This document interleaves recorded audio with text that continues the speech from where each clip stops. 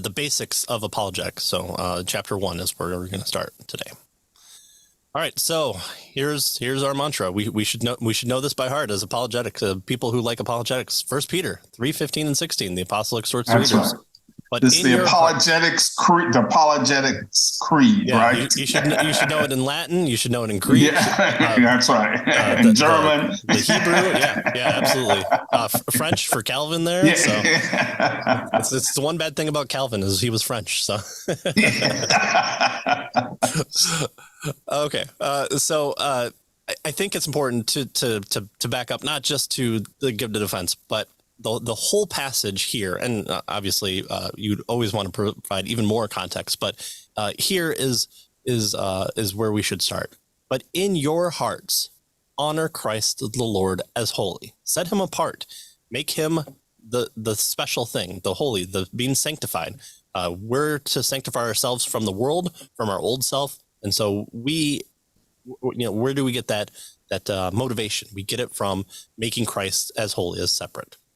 Right. So this is the foundation, the assumption that we're going into. We might even say the presupposition that we use as we begin to find out exactly what Peter is talking about in terms of what he wants us to do with regard to apologetics. We want to begin with Christ, right? We're Christians. And so we have a perspective. And so we want to set Christ apart as holy in our lives, right? And that's the foundation that we're to have with regard to our apologetics and even our apologetic methodology. Right. And we don't do it from a utilitarian approach. We do it. Why? Because he's the Lord. He's the one who is able to define all things because he created all things. He holds all things together.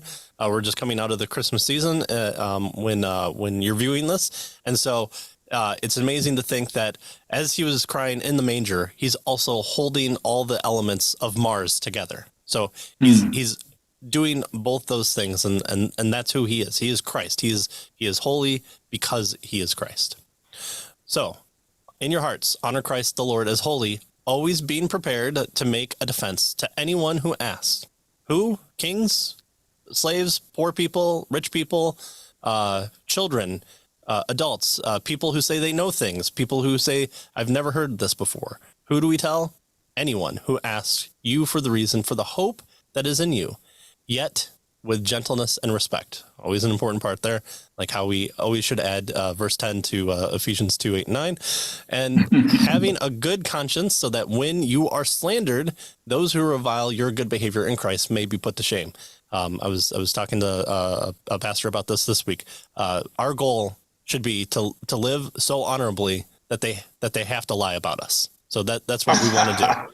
If they want to put us down, they have to tell a lie. Wow, that's pretty good. That's our goal, and I'll let you know when I get there. Yeah. Yeah, same here, right? All right, so the first six, Frame begins now his book on apologetics with this extremely important passage, the command actually that we have from Peter, right, to do apologetics. This is, the marching orders, we might say, for apologetics, right? And this isn't a command to pastors. It's not a command to the minister of apologetics in your church. This is to you. This is to me. Yeah. This is to everybody. There's no office of apologist, unfortunately. So guess what? You're on the hook for this just as much as you are for the Great Commission. Oh no. Yeah. That's amazing.